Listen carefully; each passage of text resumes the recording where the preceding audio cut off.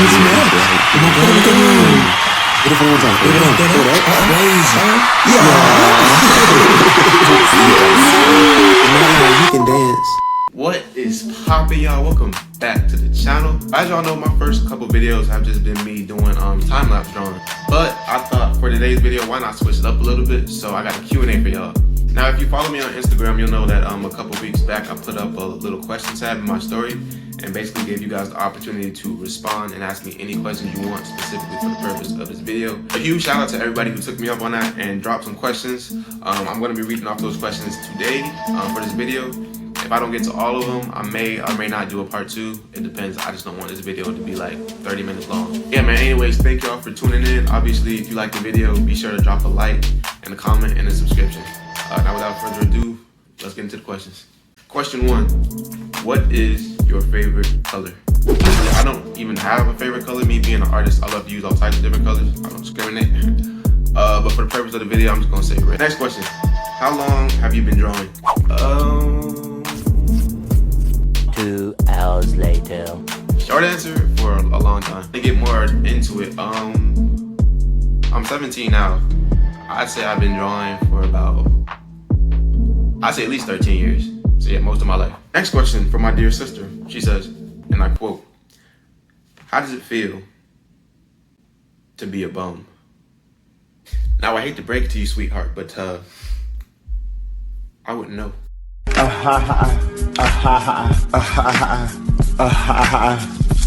Question 4. Stupid. What inspired you to do art? I want to address this, okay, because this is a really common misconception, okay? I didn't choose art. Art chose me. What? Bro, what are you talking about, man? Is that whack? Oh! Cut the camera, man. Cut. But for real though, ironically, the person that just called me a bum is the same one that inspired me to draw. My sister. She used to draw when we were like really little kids, and I saw what she did, and I just thought it was cool, so I picked it up from her. Next question. I'm not gonna say which number it is either for the rest of the video because I lost count at this point. So stupid. It's probably my favorite question too, to be honest. It says, what was the very first piece you made that you were really proud of? For this question, I really had to sit and reflect on some things, you know what I'm saying? Because as I told y'all a few minutes ago, I've been drawing for a while, like a good 13 years. And on top of that, I'm my worst critic. So, in search of this answer, I took a journey. And in this journey, I visited the highest mountain. Then from there, I went down to the lowest valley. And then from there, I went to the deepest sea. 2 hours later. I walked through this forest. I reached a clearing. I saw it up ahead of me. And the sun shined with a certain renewed intensity.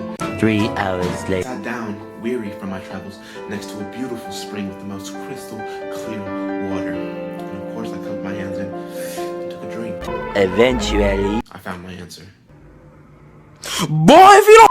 My second Drake drawing that I did in 8th grade in 2016 was the very first drawing that I was super proud of. I actually ended up remaking it a few years later and it looks a lot better, but still, at that time, 8th grade, really up until like, I would say until like sophomore year, so for like 2 years straight, that was the best drawing I had, in my opinion. Like I said, it was real hard for me to come to that conclusion because I am my worst critic. Right side, I guess I can see it as a blessing too, because if you're looking at your old work, even if it's only like a week old and stuff is already starting to pop out at you that you could have did better, then obviously you're not going to make the same mistakes and it's going to look better the next time you do a drawing. So, question.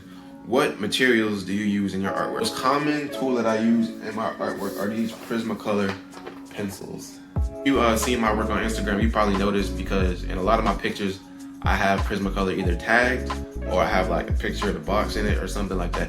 By the way, Prismacolor, if you're watching, hi, feel free to sponsor me. Next question, how did you learn to draw? I'm a self-taught artist, which means I never got any like formal training or anything. Of course, I took art classes in like elementary and middle school, who hasn't, but that's not where I learned. Let's say one thing that helped me to develop my skill or start to develop my skill and give me a foundation was when I was a kid and I was real heavy into cartoons like Danny Phantom, SpongeBob, Ben 10, Teen Titans, the good stuff. What I would do when I would watch these shows is just pay real close attention to the characters and everything, because you know animators draw the characters ultimately and then animate them, and that's how you get cartoons. What I did was watch the shapes, like the shapes that the characters' eyes would make and their mouths would make and their nose would make when they made different facial expressions. I would watch how it looked when they were like in positions, when they were running away, throwing something, eating.